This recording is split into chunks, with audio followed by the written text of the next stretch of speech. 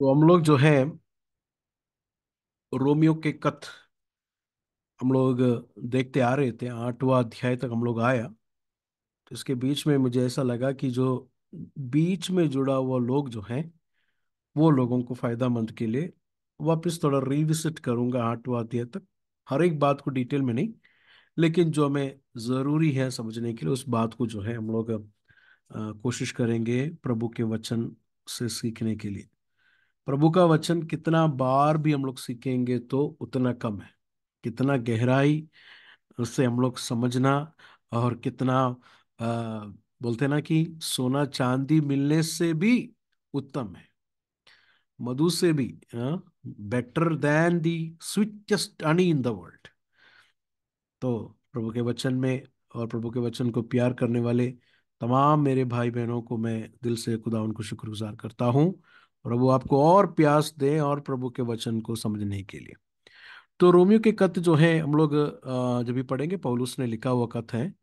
तो उसका शुरू का डिटेल्स में हम लोग थोड़ा जल्दी जाएंगे। मैं जल्दी जाएंगे इन द सेंस, मेरा कहने का मतलब है हर एक डिटेल्स में मैं जो क्लास में ले रहा था वैसे नहीं जाऊंगा।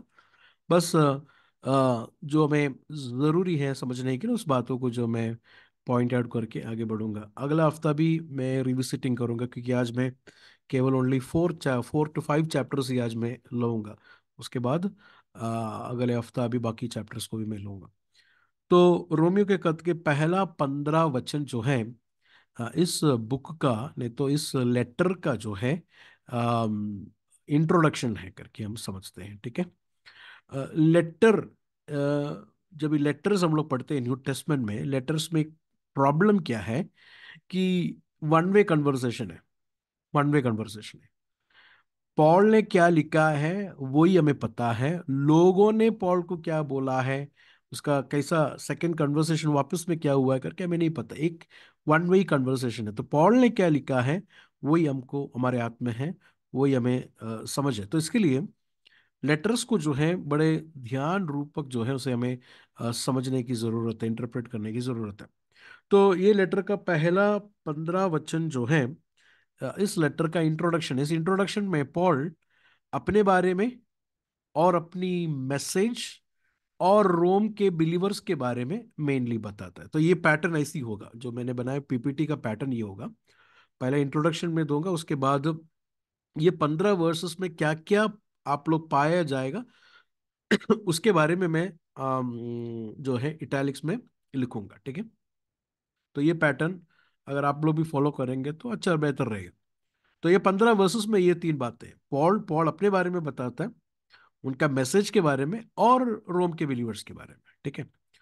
पॉल को ये इतना गहराई से बताने की जरूरत क्यों पड़ा?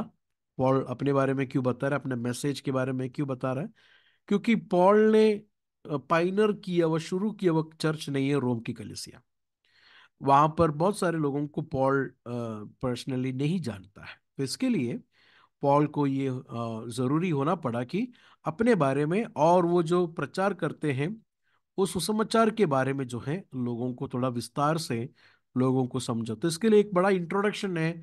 साधारण पॉल का लेटर अगर आप देखेंगे, तिमोथियोस को देखो या फिलिपिया के कलीसिया को देखो या थिस्सलुनीक कलीसिया को, सब देखे, इतना बड़ा ये अपने बारे में अपने मैसेज के बारे में ज्यादा इंट्रोडक्शन वो नहीं देते, क्योंकि वो आपस लोगों को जानते हैं। तो यहाँ पर ऐसा मामला नहीं है, इसके लिए थोड़ा ज्यादा इंट्रोडक्शन है। पॉल अपने बारे में सबसे पहला बताता हुआ बात यह है कि वो is a slave of Christ. वही हम लोग पहला वचन में हम लोग देखते हैं, रोमियो 1 में हम लोग देखते हैं कि इज अ बॉन्ड सर्वेंट, परमेश्वर यीशु मसीह का गुलाम है, सेवक है करके सब हम लोग पढ़ेंगे। लेकिन वहां पर सच में ट्रांसलेशन क्या है? Is a slave of Christ. तो परमेश्वर यीशु मसीह का गुलाम का मतलब क्या है? कि परमेश्वर की इच्छा के अनुसार चलने वाला, परमेश्वर की मर्जी को करने वाला। एक गुलाम को अपना कोई खुद की मर्जी नहीं है, खुद की अपनी कोई इच्छा नहीं है, बल्कि अपने आप उसको खरीदा हुआ, is a property of his master, उसको खरीदा हुआ उस मास्टर का प्रॉपर्टी है ये गुलाम। तो पॉल की जिंदगी में भी ऐसा ही है। इवन पॉल रोम में जाने के लिए जब भी सोच रहा है तो भी पॉल कहता है कि परमेश्वर की इच्छा होगा तो, if it is a god's will I will come there करके पौलुस कहता हुआ हम लोग देखते हैं। अगर उसका 8 से लेके जब हम लोग नीचे पढ़ेंगे तो यही बात हम लोग देख सकते हैं कि पॉल कहता है कि I want to come to you, मैं आप लोग के पास आना चाहता हूँ। उसका 10वां वचन जरा देखिए, वहां पर क्या लिखा है, always in my prayers making request if perhaps now at last by the will of God, परमेश्वर के मर्जी के अनुसार। तो एक स्लेव का बात यही है, अपना खुद की मर्जी नहीं है, अपनी खुद की इच्छा नहीं है, बल्कि परमेश्वर की मर्जी के अनुसार वो चलने वाला व्यक्ति है, कर कर हम लोग देखते हैं स्लेव के बारे में। अगला हम लोग देखते हैं कि is called to be an apostle. Paul को परमेश्वर ने बुलाया है अपोस्टल। देखिए अपोस्टल का मतलब भेजा गया हुआ, ठीक है, भेजा गया हुआ है उस वर्ड का मतलब। न्यू टेस्टमेंट में यीशु ने चुना हुआ 12 अपोस्टल के साथ पॉल तो मिलाकर 13 अपोस्टल है, परमेश्वर ने डायरेक्टली बुलाया हुआ अपोस्टल। हालांकि बाकी सारे लोगों को भी जो प्रभु ने भेजा है उनको भी अपोस्टल्स कहते हैं, लेकिन कैपिटल ए अपोस्टल नहीं, तो प्रभु ने डायरेक्टली चुना हुआ अपोस्टल केवल 13 लोग हैं। और वो लोग हैं कलीसिया के, कलीसिया का बुनियाद, मतलब न्यू टेस्टमेंट लिखने के लिए, नया नियम लिखने के लिए परमेश्वर उनको अथॉरिटी दिया है, और परमेश्वर ने डायरेक्टली उनको बुलाया है। परमेश्वर के साथ चले हुए लोग हैं ये लोग, तो यीशु मसीह का डायरेक्ट विटनेसेस हैं ये लोग। तो ये सब मद्देनजर रखते हुए ये लोग 13 लोग जो है परमेश्वर का डायरेक्ट अपोस्टल है, they are the authoritative apostles, ठीक है। कोई भी आज ये नहीं कह सकता कि हम लोग भी वो 13 में आते हैं करके, कोई नहीं कह सकता, ठीक है। बल्कि परमेश्वर भेजा हुआ लोग हैं, हर एक लोग परमेश्वर मिशनरी होकर या पास्टर होकर किस जगह पर भेजा होगा, इस अपोस्टल, लेकिन ये 13 अपोस्टल में नहीं आता है। जिस तरह हम लोग सारे लोग जो हैं इंडिया और पाकिस्तान के बोलते हैं ना कि एम्बेसडर्स हैं, राइट, आप अपने देश को रिप्रेजेंट करते हैं ना यूएई में, लेकिन हमारे इंडिया और पाकिस्तान का एक ही एम्बेसडर है, राइट, पाकिस्तान का भी और इंडिया का भी एक ही एम्बेसडर है। क्या मैं कल खड़ा होकर बोलूंगा कि क्या वो इंडिया ने मुझे भेजा है, मैं इंडिया का एम्बेसडर हूं? नहीं बोल सकता है। इंडिया ने भेजा हुआ एक ही एम्बेसडर है, लेकिन सारे लोग भी इंडियंस लोग जो रिप्रेजेंट करते हैं। इसी तरह हर एक प्रभु ने भेजा हुआ लोग अपोस्टल है, तो भी परमेश्वर ने डायरेक्टली अपॉइंट किया हुआ 13 अपोस्टल ही है। ये बहुत जरूरी है, क्योंकि रसूलों के तालीम में रहना ना, प्रेरितों के डॉक्ट्रिन, अपोस्टल्स डॉक्ट्रिन इनको ही दिया है, और ये फाउंडेशन को कोई हिला नहीं सकता है, कोई ऐड नहीं कर सकता, कोई सब्ट्रैक्ट नहीं कर सकता। अगला, set apart for the gospel of God. कौन है पॉल? पॉल अपने बारे में बता रहा है। पॉल कौन है? परमेश्वर के लिए सुसमाचार के लिए, परमेश्वर के सुसमाचार के लिए अलग किया गया वो व्यक्ति, set apart for one purpose. जिस तरह होली कम्युनियन के बर्तन को हम लोग उसके लिए ही काली अलग किया जाता है, इसी तरह एक काम के लिए परमेश्वर ने पॉल को अलग किया है। वो क्या है? परमेश्वर का सुसमाचार के लिए अलग किया गया व्यक्ति है, ठीक है। अगला, अगला पॉल उनके मैसेज के बारे में लोगों को बताता है। क्या है उनका मैसेज? उनका मैसेज परमेश्वर का सुसमाचार है। पॉल का सुसमाचार नहीं, किसी ने शुरू किया हुआ सुसमाचार नहीं, बल्कि the source of this gospel is God himself, परमेश्वर है। और ये सुसमाचार के बारे में परमेश्वर ने अपने नबियों के जरिए से प्रभु के वचन में ऑलरेडी बताया गया है। It's not a new news, okay, it's not a new news. ये 2000 साल पहले किसी ने ढूंढ कर निकाला वो बात नहीं, बल्कि परमेश्वर के वचनों में, पुराने नियम में, ओल्ड टेस्टमेंट में ऑलरेडी ये बात को प्रॉमिस किया करके हम लोग देखते हैं। ये मैं बोलता हूँ ये सब बातें ना 1 से लेके 6 में आप पढ़ सकते हैं, उसको मैंने समराइज करके यहाँ पर लिखा गया है। तो ये परमेश्वर का सुसमाचार है, परमेश्वर ने अपने नबियों के जरिए से प्रभु के वचन में लिखा गया है। किसके बारे में ये सुसमाचार? सुसमाचार is about Jesus Christ, concerning Jesus Christ, Yeshu Masih के बारे में है, जो दाऊद का पुत्र और परमेश्वर का पुत्र कहलाता है, पूरा इंसान और पूरा परमेश्वर है करके यहाँ पर पौलुस कहता है। तो पॉल कौन है, पॉल बोलता हुआ मैसेज क्या है करके एक इंट्रोडक्शन यहाँ पर दिया गया है। फिर अगला बात, बिलीवर्स इन रोम, रोम के बिलीवर्स के बारे में 8 से लेके 15 तक वचन में जब भी हम लोग पढ़ेंगे तो बिलीवर्स, रोम के बिलीवर्स के बारे में पॉल कहता है। उसका 8वां वचन जरा देखिए, वहां पर लिखा है कि because your faith is been proclaimed through out the world. यहाँ पर किसने सुसमाचार लेके गया हमको नहीं पता, लेकिन कुछ लोग का ऐसा मानना है कि पेंटिकॉस्ट के दिन जब ये 3,000 लोग शुरू में बपतिस्मा लेकर कलीसिया के साथ जुड़ गए और तितर बितर हो गए थे, उनमें से कुछ लोगों ने रोम में जाकर सुसमाचार सुनाकर कलीसिया शुरू किया होगा करके। तो रोम के कलीसिया में वहां पर जो लोग थे वो लोग सचमुच में ईमान लाए हुए लोग थे, they had a genuine faith कर कर हम लोग देख सकते हैं। ठीक है, आप लोगों को समझ में आया कर कर मैं विश्वास करता हूँ। पौलुस कहता है कि ये विश्वासियों के साथ पॉल मिलना चाहता है। उसका 11वां वचन, I long to see you that I may impart some spiritual gift to you that you may be established, that is that I may be encourage together with you while among you. तो आपस में encouragement के बारे में बात कर रहा है पॉल। ये नहीं कह रहा कि मैं वहां पर आकर तुमको कुछ आत्मिक वरदान को देना चाहता हूं, मैं कुछ तो हूं, मैं कुछ हूं, मैं देने के लिए तैयार हूं। नहीं, पॉल ऐसा नहीं कह रहा है, बल्कि पॉल कह रहा है कि मेरा और आप लोगों के विश्वास में म्यूचुअल एनकरेजमेंट, म्यूचुअल एनकरेजमेंट। आपके विश्वास में, आपके विश्वास के आधार पर मैं भी एनकरेज होना चाहता हूं, मेरे विश्वास के आधार पर तुम लोग भी एनकरेज। देखो, एक अपोस्टल का ह्यूमिलिटी जरा देखिए, हलीम जरा देखिए, सी इज हम्बलनेस। वो ये नहीं कह रहा कि मैं बड़ा अपोस्टल हूं। आज जिस तरह लोग कहते हैं कि सब लोग मेरे पास हो, मैं बहुत अनॉइंटेड हूं, मैं तुम लोगों को दूंगा, मुझे कुछ नहीं चाहिए, ऐसे नहीं कह रहा पॉल। पॉल कह रहा है कि I am coming to impart some spiritual gift. लेकिन वर्सेस 12 वहां पर देखिए क्या लिखा है, उसको जरा पढ़िएगा, रोमियो 1 का 12। अर्थात यह कि जब मैं तुम्हारे बीच में हूं तो हम उस विश्वास के द्वारा जो मुझ में और तुम में है एक दूसरे से प्रोत्साहन पाएं। हाँ, एक दूसरे से प्रोत्साहन, it's a mutual thing, it's not just मैं, it's not me, but mutual.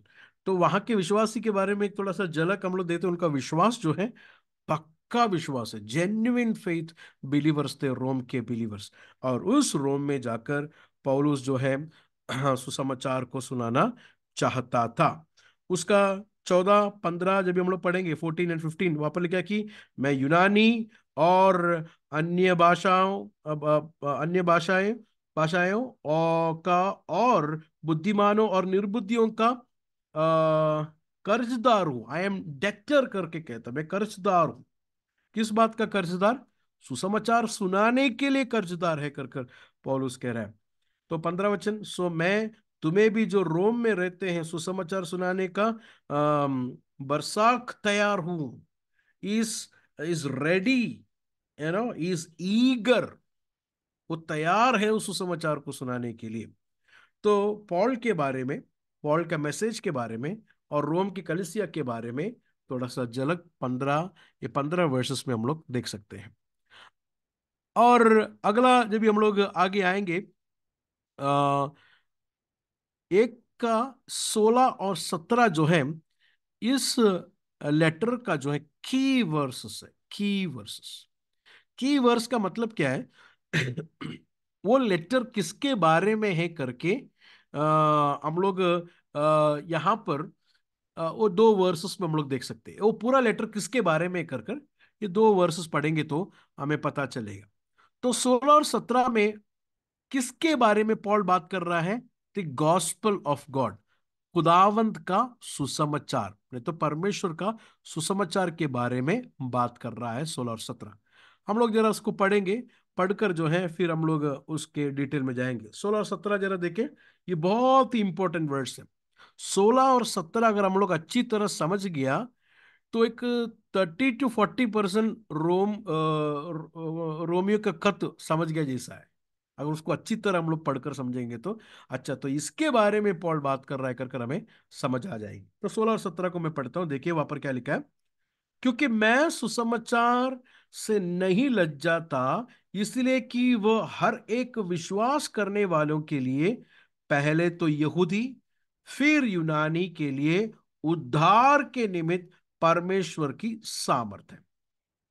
क्योंकि उसमें परमेश्वर की धार्मिकता विश्वास से और विश्वास के लिए प्रकट होती है, जैसा लिखा है कि विश्वास से धर्मी जन जीवित रहेगा। तो ये है रोमियो का कथ का मेन विषय। क्या है मेन विषय? गॉस्पल ऑफ गॉड, परमेश्वर का सुसमाचार। वो क्या है? पॉल कहता है कि ये परमेश्वर का सुसमाचार जो है, ये परमेश्वर का कुवत है। हाँ, वहां पर लिखा है कि क्योंकि सुसमाचार जो है विश्वास करने वालों के लिए परमेश्वर की सामर्थ है। किसके लिए? उद्धार के निमित्त, नजात देने के लिए परमेश्वर का सामर्थ है करके वहां पर पॉल कह रहा है। नजात का मतलब क्या है? उद्धार का मतलब क्या है? उद्धार का मतलब कहीं से आपको छुड़ाना, कहीं से आपको बाहर लेके आना, मोल लेना, खरीदना, ये सब वर्ड उस उद्धार में आता है।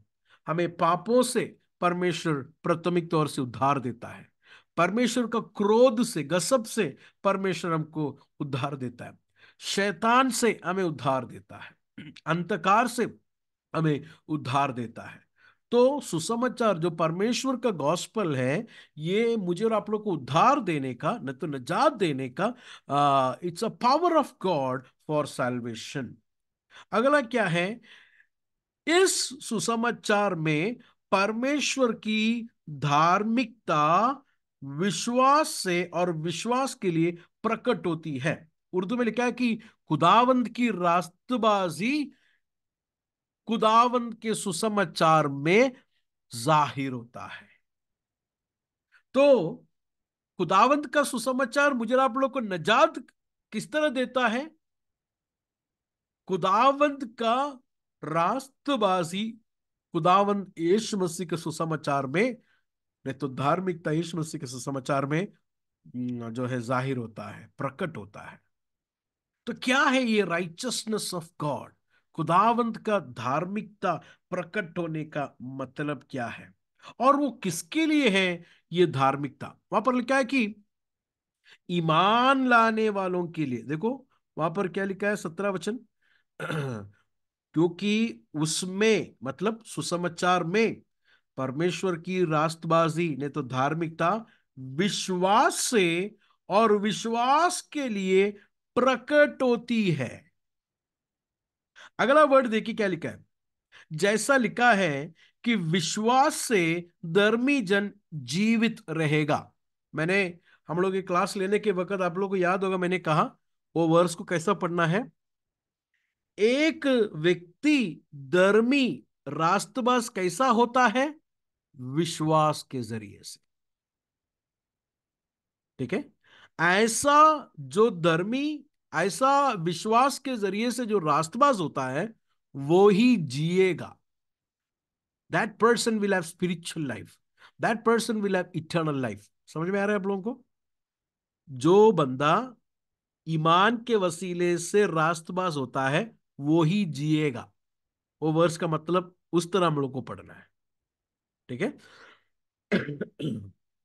तो sinners are justified by faith. गुनाह करने वाला पापी ईमान के वसीले से क्या होता है? रास्तबाज ठहराता है। सुसमाचार रास्तबाज ठहराता है। इसको और थोड़ा अच्छे रीति से मैं समझाऊंगा तो, खुदावंत के डिमांड के सामने हर एक गुनेगार जो है, पापी जो है, खुदावंत के क्रोध के नीचे आता है। कोई भी मीट नहीं करेगा खुदावंत के डिमांड को। Nobody in the world, कोई भी नहीं मीट कर सकता है। ऐसा इस हालात में परमेश्वर ने अपने बेटे यीशु मसीह को मेरे और आपके लिए इस धरती पर भेजा। भेज कर 33.5 साल इस धरती पर जिया, किस तरह जिया? एक भी गुनाह नहीं किया। 33.5 साल जीने के बाद सूली पर गया, हमारे बदले में उस सूली पर मरा। मरने के वक्त परमेश्वर का जो क्रोध था, नहीं तो गुनेगारों के ऊपर जो खुदावन का क्रोध था, वो सेटिस्फाई हो गया। सेटिस्फाई होने का मतलब, गुनाह करने वाले गुनेगारों को पनिश करना खुदावंत का जजमेंट है। लेकिन यीशु मसीह मेरे और आपके बदले में सूली पे मरा, तो क्या हुआ? परमेश्वर का वो जजमेंट, परमेश्वर का वो जो न्याय है, वहां पर सेटिस्फाइड हो गया। मेरे और बदले में यीशु मसीह मर गया। जब मैं ये विश्वास करूंगा कि मैं जो मरना था उस जगह पर यीशु मसीह मेरे खातिर मरा, और परमेश्वर का वो क्रोध, परमेश्वर का वो गजब सेटिस्फाई हो गया, मेरे बदले में यीशु मरा इसके लिए। जब मैं ये विश्वास करूंगा, तो सुसमाचार के जरिए से मुझे नजात मिलता है, उद्धार मिलता है। नजात भी, उद्धार भी किस तरह मिलता है? यीशु मसीह ने 33.5 साल जिया हुआ वो रास्तबाजी मुझे और आप लोगों के ऊपर परमेश्वर ठहरा देता है, काउंट कर देता है।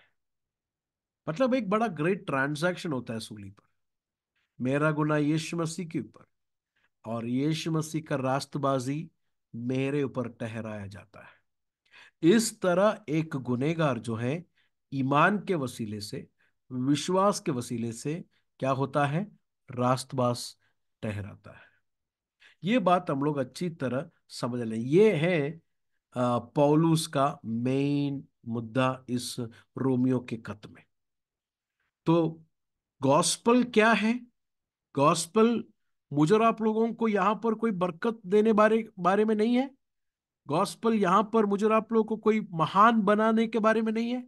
गॉस्पल गुनेगारों को रास्तबाज बना रहा है। उनका गुनाह को यीशु मसीह ने सूली पर लेकर उनके बदले पर यीशु मसीह मरा। एक बड़ा ग्रेट ट्रांजैक्शन हुआ उस सूली पर। यह है सुसमाचार। और ये सारे लोगों के लिए है, तो भी किसको ये प्राप्त होगा, किसको ये मिलेगा? जो ईमान लाते हैं, जो विश्वास लाते हैं। बस सिंपल बात, यीशु मसीह पर ये ईमान लाना, ये फेथ लाने वालों को ये रास्तबाजी मिलता है, ये उद्धार मिलता है। हमारे कोई काम से, हमारे कोई अच्छे कामों को देखकर नहीं खुदावंद हमें रास्तबाज बनाता, बल्कि यीशु मसीह के कारण, यीशु मसीह ने किए हुए कामों के कारण मुझे और आप लोग को धर्मी ठहराता है। तो 1 से लेकर 16 तक जो है, 1 का 16 और 17 जो है, इस लेटर का की वर्सेस है, गॉस्पल ऑफ गॉड के बारे में है ये वर्सेस में। ठीक है, अभी तो पॉल ने गॉस्पल के बारे में बताया, लेकिन अभी आगे पॉल क्या बताएगा? 1 का 18 से लेकर 3 का 20 तक, the necessity of the gospel, सुसमाचार की जरूरत क्यों है कर कर हमें बताएगा। क्योंकि जरूरत क्यों है कर कर नहीं बताएंगे तो हम लोग विश्वास क्यों करेंगे? अगर एक व्यक्ति विश्वास करना है, ईमान करना है, तो उसको पहले पता होना चाहिए ना सुसमाचार क्या करता है। उसको पता ये होना चाहिए कि सुसमाचार किसके लिए उसको जरूरत है। तो 1 का 18 से लेके 3 का 20, ये बात को पॉल ज्यादा जोर देता है। क्या है? पहला, ये 1 का 18 से लेके 3 का 20 तक का मेन मुद्दा क्या है मालूम है? ये जो मैंने रेड में लिखा है, all are under the power of sin and under the wrath of God. 3 का 9 जरा देखिए, 3 का 9 जरा देखिए। रोमियो 3 का 9 में क्या लिखा है? तो फिर क्या हुआ? क्या हम उनसे अच्छे हैं? कभी नहीं। क्योंकि हम यहूदी और यूनानियों दोनों पर ये दोष लगा चुके हैं कि वे सब के सब पाप के वश में हैं। ठीक है, सबके सब पाप के, गुनाह के मातहत है। तो 1 का 18 से लेके 3 का 20 में पॉल क्या हमको समझा रहा है? हमें नजात की जरूरत क्यों है? हमें सुसमाचार की जरूरत क्यों है? क्योंकि सब के सब, एक भी नहीं, सब के सब गुनाह के मातहत है, खुदावंद के क्रोध के नीचे है। इसके लिए हमें सुसमाचार की जरूरत है। That's why we need the gospel. ठीक है, आप लोगों को समझ में आ रहा है ना? तो पहला ग्रुप को लेके आता है, पहला ग्रुप गैर कौमों को लेके आता है। एक का 18 से लेके 32 तक जो है गैर कौमों के बारे में, जेंटाइल्स। देखिए, परमेश्वर ने दुनिया में अपने बारे में एक जनरल रेवलेशन दिया गया है कि नहीं? कोई भी व्यक्ति हो, आंख उठा के देखेंगे तो उसको पता चलेगा कि इसको बनाने वाला तो कोई है। उसको बाइबल की जरूरत है नहीं। ये कायनात, ये नेचर, ये पूरा जो सृष्टि है, क्रिएशन जो है, ये पूरा क्रिएशन परमेश्वर का एक खुला हुआ बुक है, जो हमको समझाता है कि कोई तो है बनाने वाला, सृजनहार। There is one creator. तो परमेश्वर ने अपने खूबियों को, अपने एट्रीब्यूट को, इवन दो परमेश्वर को हम लोग नहीं देख सकते हैं, तो भी परमेश्वर ने बनाए हुए चीजों में हमें पता चलता है कि देयर इज वन क्रिएटर। ये ऐसे ही गलती से कुछ बना हुआ नहीं है। ये परमेश्वर ने खुलेआम लोगों के सामने रखने के बावजूद भी, सच्चा परमेश्वर को आराधना करने के बदले में लोगों ने किसकी आराधना करना शुरू किया? परमेश्वर के रूप को ही बदलकर उन्होंने मूर्तियों को बनाकर आराधना करने के लिए शुरू हो गया। देखिए 1 का 23 जरा देखिए। वहां पर पौल क्या कहता है? वहां पर लिखा है कि और अविनाशी परमेश्वर की महिमा को नाशवान मनुष्य और पक्षियों और चौपायों और रेंगने वाले वस्तुओं, जंतुओं के मूरत की समानता में बदल डाल दी। देखो, तो पहला नाशवान मनुष्य, फिर पक्षी, फिर चौपायों, फिर रेंगने वाले वस्तु, मतलब ऊपर से नीचे आ रहा है। हर एक सूरत में बनाकर बोला ये है हमारा क्रिएटर, ये है हमारा परमेश्वर। एक बात आप लोग समझना, God is a creator and not a creation. लोगों ने क्या किया? क्रिएशन को गॉड बना दिया। क्रिएटर अविनाशी है। हिंदी में अविनाशी का मतलब हमेशा नहीं, उनको बर्थ भी नहीं है, डेथ भी नहीं है। Is eternal, is not part of creation. God is eternal. लेकिन सृष्टि जो है, क्रिएशन जो है, उसको शुरू है, it has a beginning. Corrupted है, करप्टेबल है, अविनाशी नहीं है। तो अविनाशी परमेश्वर की महिमा को नाश होने वाले चीजों पर बदलकर ये है परमेश्वर करके कहा। See this, God of the Bible is not part of the creation, is outside creation. No one created him, किसी ने उनको बनाया नहीं है। ठीक है, कोई भी नहीं था, परमेश्वर तब था। किसी ने उनको मशवरा नहीं दिया, किसी ने उनको आइडिया नहीं दिया, कि कोई उनको असिस्टेंट होकर उनको समझाए नहीं क्या क्या करना है। नो नो नो, कोई कुछ नहीं कहा। परमेश्वर ने अपनी इच्छा, स्व इच्छा और मर्जी से सारे चीज को बनाया है। और हर एक बात जो आज दुनिया में हो रहा है, it is according to his will and according to his plan. He is not part of creation. उनको कोई चीज की जरूरत नहीं है। उनको नींद की जरूरत नहीं है, वो थकते नहीं है, उनको पसीना नहीं आता है, उनको पानी की जरूरत नहीं है, उनको रेस्ट कर, no nothing. He does not need anything. God of the Bible is not part of the creation. तो लोगों ने परमेश्वर को ही बदल डाल दिया। इसलिए परमेश्वर ने जब देखा, अरे लोग तो मेरी समझ में के लिए, मुझे समझने के लिए उनके दिल में कोई इच्छा ही नहीं है, उनका दिल की हमेशा की ख्वाहिश गुनाह करने का है, तो परमेश्वर ने क्या किया? उनको अपनी मर्जी के लिए छोड़ दिया। 3 बार ये बात लिखा है, जरा देखो 24 में देखो। 24, 24, 26, 28, 24, 26, 28, 3 बार परमेश्वर उनको अपने मर्जी में छोड़ दिया। देखो वहां पर 24 को मैं पढ़ता हूं। इस कारण परमेश्वर ने उन्हें उनकी मन की अभिलाषा के अनुसार अशुद्धता के लिए छोड़ दिया, कि वे आपस में अपने शरीर के अनादर करें। वो वर्ड 24 में आप देखें, इस कारण परमेश्वर ने उन्हें उनकी मन की अभिलाषा, उनकी मन की ख्वाहिशों में छोड़ दिया। परमेश्वर ने नहीं उनके दिल में गुनाह दिया, बल्कि उनके मन में ही गुनाह करने का ख्वाहिश था। देखा आपने? So God is not the initiator of the evil, people were evil because of सिन।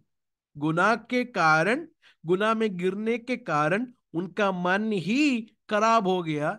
इसके लिए मन प्रभु को ढूंढना नहीं है, बल्कि वो मन अपनी मर्जी करने के लिए, पाप को करने के लिए जब ही ज्यादा जोर दे रहा था, परमेश्वर ने क्या कर दिया? उनको उनकी मर्जी में छोड़ दिया। ठीक है? उनकी मर्जी में छोड़ देने का मतलब ऐसा नहीं समझना कि परमेश्वर उनको पूरा आजादी करे, जा बेटा जा, जो भी करना है करना है। नहीं, ऐसा नहीं है। ये आपको कैसा समझना है मालूम है? मछली पकड़ने के लिए जाने वाले लोग देखें, ये कांटा जो पकड़ता है, मछली पकड़ना जो कांटा है, उसके एंड में छोटा सा जो मछली या तो ब्रेड का कोई भी पीस जो है रखता है, राइट? और उसको पानी में फेंक देता है। ये ब्रेड का पीस को देखकर कोई मछली आकर कांटे में क्या जगह लग जाता है, कांटे में लगे खाना है सोचकर आके लग जाता है। तो ये सोचता है कि ये मैं खाऊंगा, मैं इसमें हूं, मैं खाऊंगा करके सोचता है, तो भी ये ज्यादा टाइम वहां पर नहीं रह सकता, क्योंकि ये कांटे का एंड जो है किसी के हाथ में है। वो थोड़ा टाइम के बाद उसको खींच के मछली को अपने वश में, अपने हाथ में लेगा। तो परमेश्वर ने इनको छोड़ दिया का मतलब ये नहीं है कि ये हमेशा के लिए ऐसा हो जाएगा, नहीं। कांटे का जो एंड परमेश्वर के हाथ में है, एक दिन पकड़ेगा। 2 का 5 जरा देखिए, रोमियो 2 का 5, 2 का 5, रोमन्स 2:5। पर अपनी कठोरता और अट्टीले मन के अनुसार उसके क्रोध के दिन के लिए, जिसमें परमेश्वर का सच्चा न्याय प्रकट होगा, अपने निमित्त क्रोध कमा रहा है। अभी छोड़ा हुआ जैसा लग रहा है, लेकिन उस दिन जो परमेश्वर का क्रोध का दिन है, उस दिन पकड़ेगा। तो समझ आ रहा है आपको? तो आज छोड़ दिया हुआ जैसा लग रहा होगा, तो भी ऐसा नहीं है, ऐसा नहीं है। कोई भी ऐसा गलत फहमी में नहीं आना हम लोग, ऐसा नहीं है। One day E will catch. वो एक दिन पकड़ने से पहले सुसमाचार सुनकर ईमान लाकर उद्धार मिले हुए लोगों के लिए धन्यवाद। Hallelujah, praise the Lord. तो तो उस दिन प्रभु क्या करने वाला है? पकड़ेगा। तो परमेश्वर ने अपनी मर्जी में, उनकी मर्जी में क्या कर दिया? उनको छोड़ दिया। 26 जरा देखे, 1 का 26। इसीलिए परमेश्वर ने उन्हें नीच कामनाओं के वश में छोड़ दिया। यहां पर भी परमेश्वर कहता है कि उनको छोड़ दिया, क्योंकि उनकी मर्जी नहीं था परमेश्वर की इच्छा में आने के लिए। 28 जरा देखे, 28। और जब उन्होंने परमेश्वर को पहचानना नहीं चाहा, they don't want to know, or they don't want to come to the knowledge of God। वो नहीं चाहा परमेश्वर की पहचान में आना। इसीलिए परमेश्वर ने भी उन्हें उनकी निकम्मे मन पर छोड़ दिया। ये निकम्मा करके वर्ड है ना, उसको ग्रीक ट्रांसलेशन में यूजलेस, ये तो कोई यूज नहीं है, यूजलेस, निकम्मे मन में छोड़ दिया। देखा आपने? 24 में छोड़ दिया, 26 में छोड़ दिया, 28 में छोड़ दिया। ये सब छोड़ने का पीछे का रीजन क्या है? लोगों की मन, उनकी मन की अभिलाषा। वो लोग परमेश्वर की इच्छा और मर्जी में नहीं आना चाहते, इसलिए परमेश्वर ने उनको क्या कर दिया? छोड़ दिया। ये जो बात है ना, 1 का 18 जरा पढ़िए, 1 का 18। ये जो परमेश्वर उनकी लोगों की मर्जी में छोड़ना, इसका मतलब क्या है मालूम है? एक 18 देखे क्या लिखा है? परमेश्वर का क्रोध तो उन लोगों की सब अभक्ति और अधर्म पर स्वर्ग से प्रकट होता है। मतलब एट प्रेजेंट हो रहा है करके लिखा है ना, होगा नहीं करके लिखा है, होता है। एक दिन होएगा, वो हम लोग 2 का 5 में हम लोग ने पढ़ा था, याद है आप लोगों को? 2 का 5 में हम लोग ने ऑलरेडी देखा, एक दिन होने वाला है। लेकिन अभी हो रहा है। अभी कैसा हो रहा है? लोगों को अपनी मर्जी में, उनकी खुद की मर्जी में परमेश्वर उनको क्या कर दे रहा है? छोड़ दे रहा है, जब वो नहीं चाहते परमेश्वर की मर्जी में आने के लिए। क्या अभी प्रभु का क्रोध है दुनिया में? डेफिनेटली। क्या प्रभु का क्रोध आने वाला है? डेफिनेटली।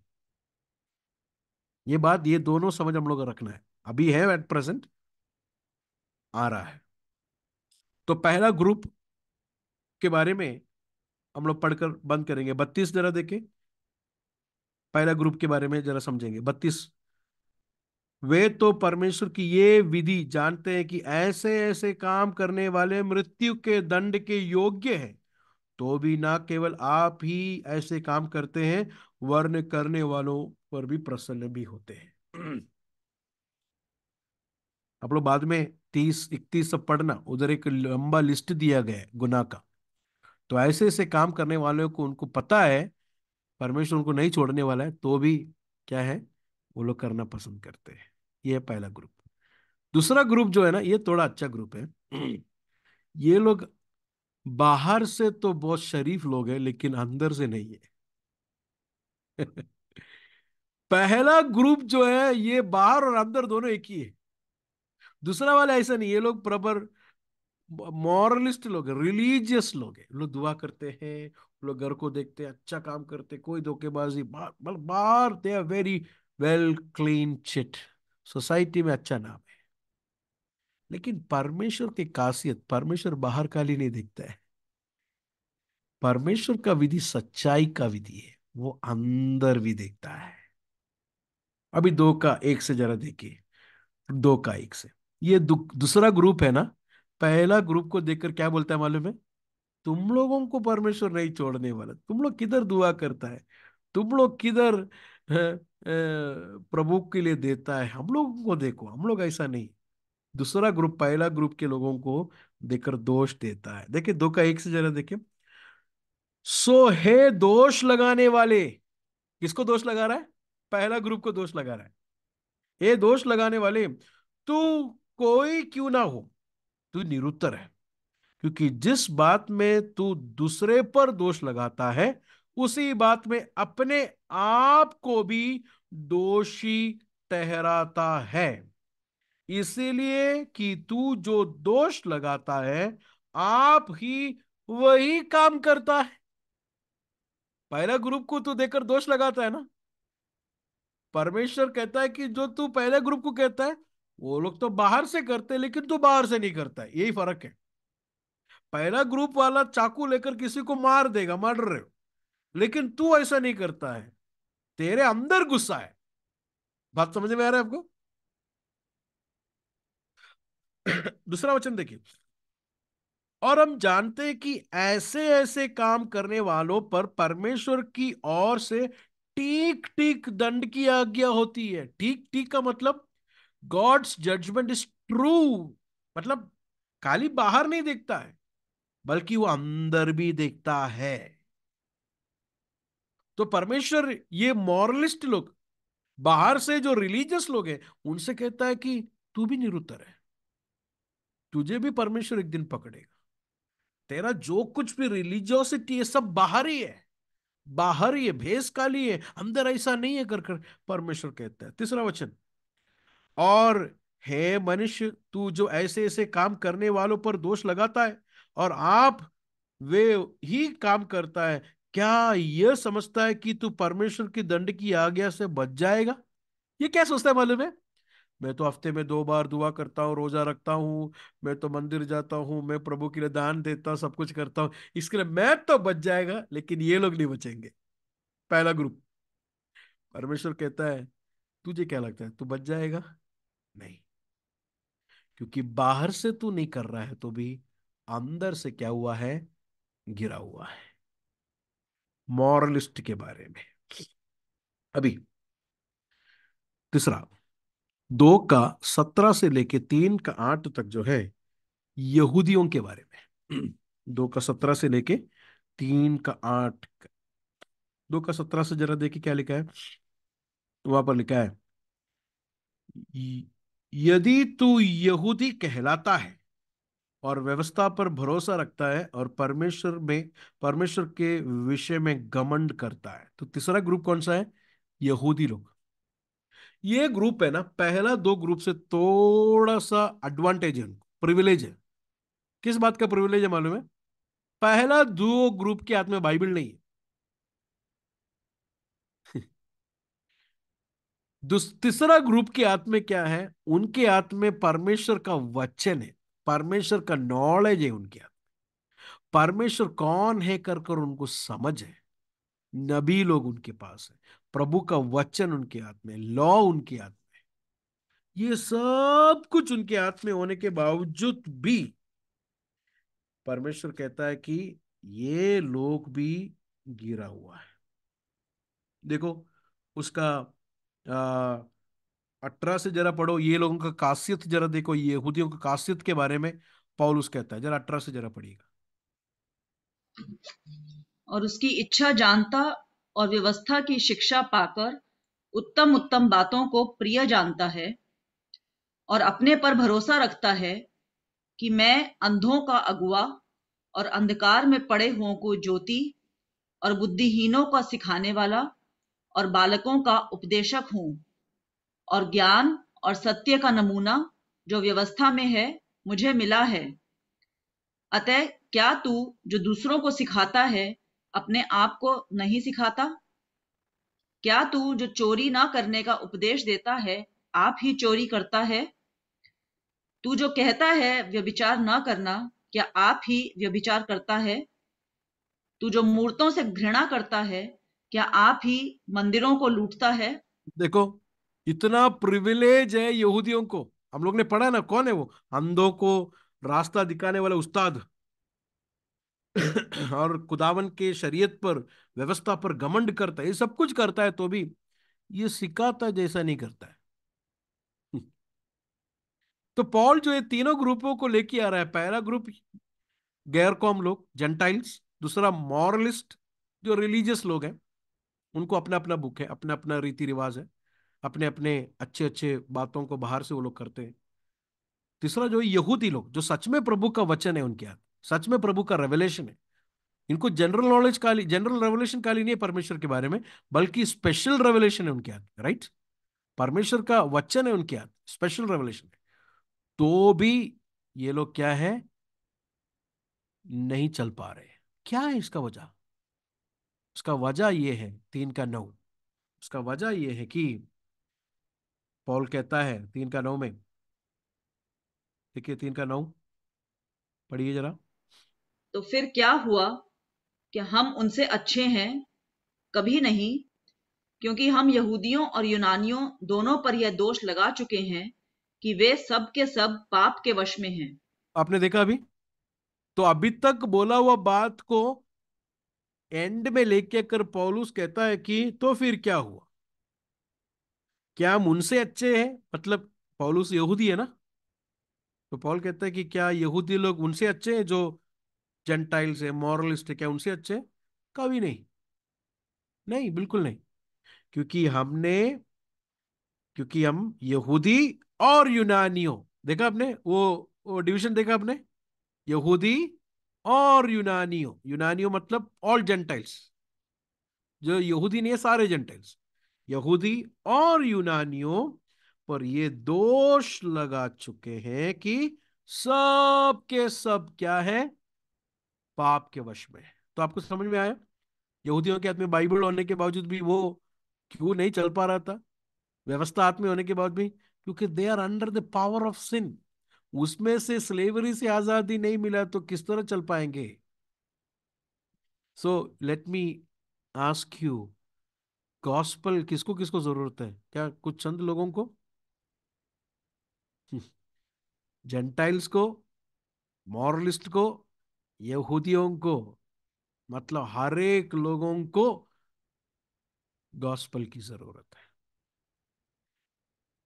स्क्रिप्चर क्या कहता है?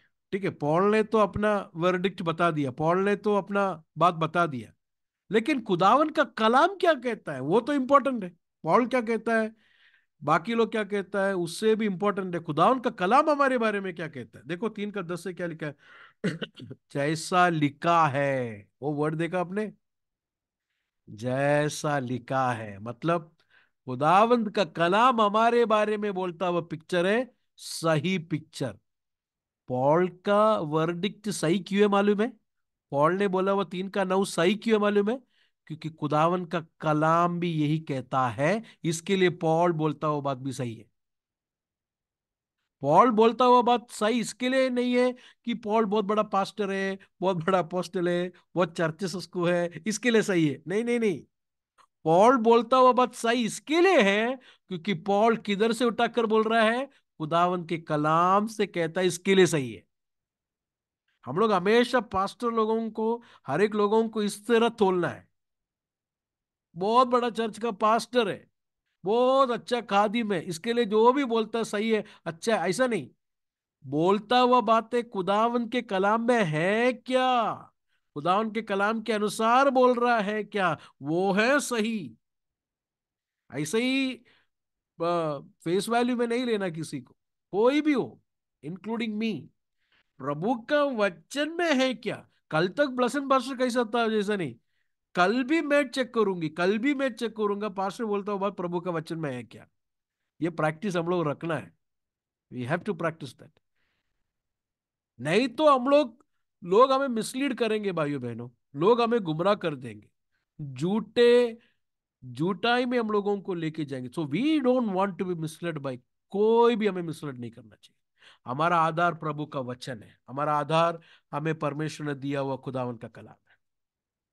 अगर कोई मिसलेड होता है, बर्मा जाता है ना, उस दिन जाके प्रभु को ये नहीं बोल सकते मुझे पता ही नहीं था, प्रभु बोलेगा तेरे घर में 6 बाइबल था, तेरा मोबाइल में 1 बाइबल था, टैब में एक था, और लैपटॉप में भी तूने दो दो डाउनलोड करके रखा है, क्यों नहीं पढ़ा? तो प्रभु ने हमारे हाथ में प्रभु का वचन दिया है, we have to read it, we have to understand. Paul का वर्डिक्ट सही क्यों है? बिकॉज खुदा उनका कलाम कहता है। देखो 10वां वचन, जैसा लिखा है कि कोई धर्मी नहीं, एक भी नहीं। ओ, कोई भी धर्मी नहीं है करके उधर अगर फुल स्टॉप देता तो हम लोग शायद बोलते थे ब्रदर ऐसा नहीं, एक तो है, एक दो तो होंगे, लेकिन आगे क्या बोलते हैं में, एक भी नहीं। ओ, एक भी नहीं। 11 वचन, कोई समझदार नहीं, कोई परमेश्वर को खोजने वाला नहीं, सब भटक गए, सब के सब निकम्मे बन गए, कोई भलाई करने वाला नहीं, एक भी नहीं। वो वर्ड मुझे बहुत पसंद है, कोई भी भलाई करने वाला नहीं। अगर फुल स्टॉप होता बोलते नहीं ब्रदर ऐसा नहीं है, मैं तो एक 5-10 लोगों को जानता हूं, अगला बोलता है एक भी नहीं। ब्रदर समझ में नहीं आ रहा है, भलाई करने वाले नहीं है दुनिया में। गॉड का स्टैंडर्ड के हिसाब में भलाई करने वाले कोई नहीं है। मेरा स्टैंडर्ड के हिसाब से भलाई करने में हजारों लाखों लोग मिलेंगे, क्योंकि मैं बड़ा गुनेगार हूं। आपके स्टैंडर्ड के हिसाब से अच्छा भलाई काम करने वाले लोग दुनिया में मिलेंगे, क्योंकि हम भी गुनेगार हैं, हमसे बेहतर अच्छे अच्छे काम करने वाले लोग होंगे। लेकिन हम लोग सब लोगों को खुदावन के स्टैंडर्ड के सामने लेके आएंगे तो एक भी नहीं। आपको समझ में आ रहा है आप लोगों को? क्या लग रहा है सुन के, सुसमाचार की जरूरत है? Do we need the gospel? Does our children needs the gospel? Very much. मेरा बच्चे लोग दोनों जितना जितना दिन बढ़ते जा रहा है, एक एक दिन मुझे उतना समझ में आ रहा है how much they need the gospel. Parents नहीं कर सकता है कुछ, पेरेंट्स गाइड कर सकता है, only God can bring them and make them his child. Everyone needs gospel, सब मोस्ट इंपॉर्टेंट। गॉस्पल जो सुनकर नजात नहीं लाया, he will definitely face the wrath of God, खुदा उनके क्रोध के सामने एक दिन खड़ा रहना पड़ेगा उसे। That terrible it will be. अगला देखिए, एक भी नहीं, सबके सब भटक गए, हम लोग ने पढ़ा 13। उनका गला खुली हुई, मैंने ये मुझे लगता है 10-15 बार अपने चर्च में बोला होगा, गला। हाँ, उसका उनके जीबों में छल है। 14 में वहां पर लिखा है कि उनके मुंह में श्राप है। 15 में लिखा है कि उनके पांव लहू बहाने के लिए फुर्तीले हैं। उसके मार्गों में नाश और क्लेश है। 17 में लिखा है कि उन्होंने कुशल के मार्ग नहीं जाना। 18 वचन, उनकी आंखों के सामने परमेश्वर का भय नहीं। जरा देखिए, मुंह, गला, पांव, मार्ग, आंख, मतलब हर एरिया में जो है ये गिरा हुआ है। एक भी ऐसा जगह नहीं है जो बोले, इंसान छूकर बोले क्या इधर थोड़ा सा ताकत है, इधर थोड़ा सा हेल्थी है, नहीं।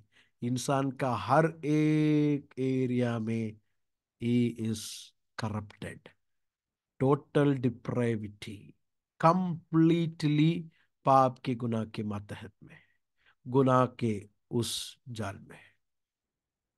मेरे प्रियो, ये वचन के सामने हम लोग अपने आप को समर्पित करना चाहिए। The need of the gospel. Paul का एक बात मुझे पसंद है, पॉल गुड न्यूज बोलने से पहले पहले बैड न्यूज बोलता है। बैड न्यूज है ये गुड न्यूज है। It's not a good news, it's a bad news. क्योंकि बैड न्यूज अच्छी तरह समझेंगे तो ही गुड न्यूज को हम लोग अप्रिशिएट करेंगे। Praise the Lord. तो पॉल वर्डिक्ट देता हुआ हम लोग देख सकते हैं। प्रभु हमको शक्ति और सामर्थ्य। आने वाला क्लासेस में हम लोग जो है आ, आगे के बातों को हम लोग देखेंगे। तो पॉल अभी तक हमको ये बताया कि why we need this gospel, ये गॉस्पल की नेसेसिटी क्या है, जरूरत क्या है कर कर अभी तक पॉल हम लोग को बता रहा था। अगले क्लास में हम लोग देखेंगे कि बैड न्यूज बताया हुआ पॉल अभी गुड न्यूज को किस तरह बताता है। ये बैड न्यूज सुनने के बाद हम लोग परमेश्वर के पास जाकर बोलेंगे, लॉर्ड आई नीड सैल्वेशन, मुझे नजात की जरूरत है। Because according to your standard मैं गिरा हुआ हूं। I need your salvation. ये नेसेसिटी आज का चर्च में जानने की जरूरत है।